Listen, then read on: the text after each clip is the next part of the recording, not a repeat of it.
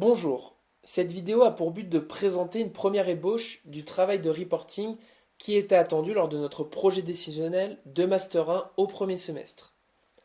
La finalité de ce projet, commandité par le BRGM, est de prédire le niveau des nappes phréatiques. Avant tout, je tiens à préciser qu'il s'agit d'un projet étudiant avec plusieurs contraintes, notamment temporelles et techniques.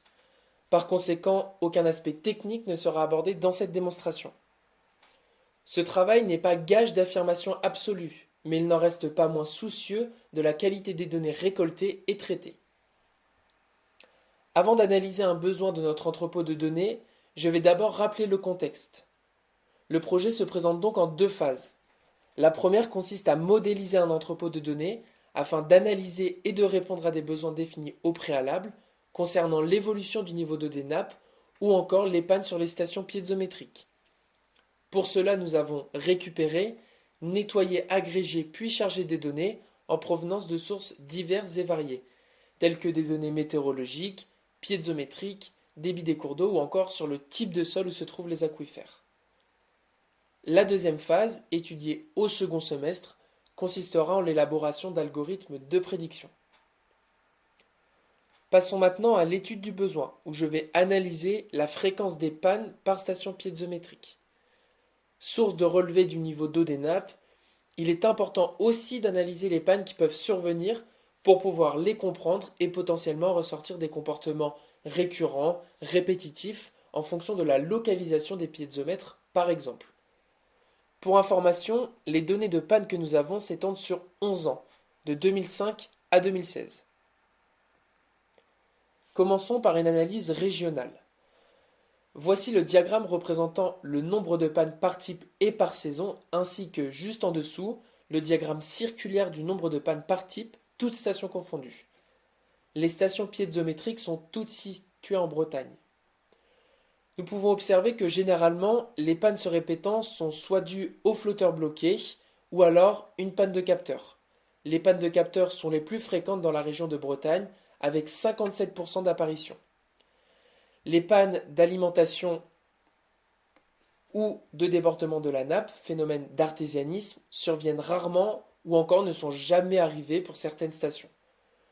Au vu de la faible apparition des pannes d'alimentation et d'artésianisme, nous allons nous concentrer sur les pannes de capteurs et les flotteurs bloqués. Nous pouvons constater que la saison d'hiver et de printemps sont plus propices pour les pannes de capteurs. 40% d'apparition en hiver, 35% d'apparition au printemps. Si nous nous penchons sur leurs dates, toutes stations confondues, nous nous apercevons que deux pannes de capteurs peuvent survenir à intervalles très proches. Par exemple, pour la troisième station se terminant par 008F, nous pouvons voir qu'une première panne de capteur est apparue le 26 janvier 2015 et une deuxième un peu moins d'un mois après, le 4 février 2015.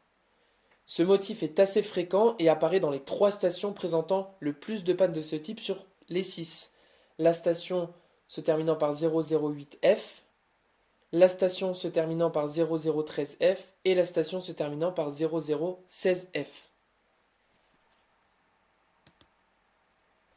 Concernant les flotteurs bloqués, ce phénomène est moins fréquent. D'une part, nous avons moins de pannes de ce type comparé aux pannes de capteurs, mais aussi ce motif n'apparaît que sur une station, la deuxième se terminant par 0011F. Nous pouvons également observer que l'automne est la saison la plus propice pour ce type de panne. Passons maintenant d'un point de vue départemental. Nous pouvons voir avec le diagramme des pannes par département qu'il n'y a pas de réelle similitude d'une station à une autre dans le département de Côte-d'Armor. Une première station n'a eu que deux pannes de capteurs, tandis qu'une autre recense un artésianisme et un flotteur bloqué. Même constat pour le département du Finistère. Sur les deux stations présentes, la première a subi un flotteur bloqué, deux pannes de capteurs et une panne d'alimentation, tandis que la deuxième, quatre pannes de capteurs. Pour le département d'Ille-et-Vilaine, nous n'avons pas assez d'informations pour pouvoir faire une analyse à cette échelle. Ce qui est très différent pour le département du Morbihan. Effectivement, nous pouvons voir que pour chacune des 3 stations, nous avons 2 à 3 flotteurs bloqués qui sont apparus et pour 2 des 3 stations, 4 à 5 pannes de capteurs. Nous allons donc nous intéresser à ce département plus en détail.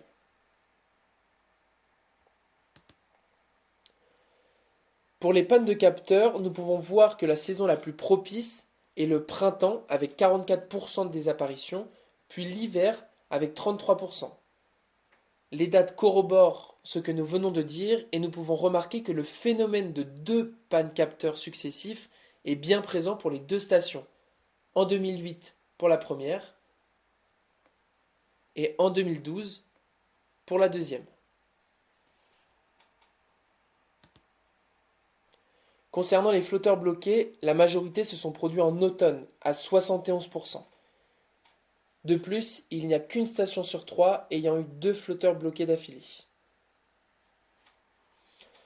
Nous pouvons conclure que, dans la région de Bretagne, la majorité des pannes sont dues à des pannes de capteurs ou flotteurs bloqués.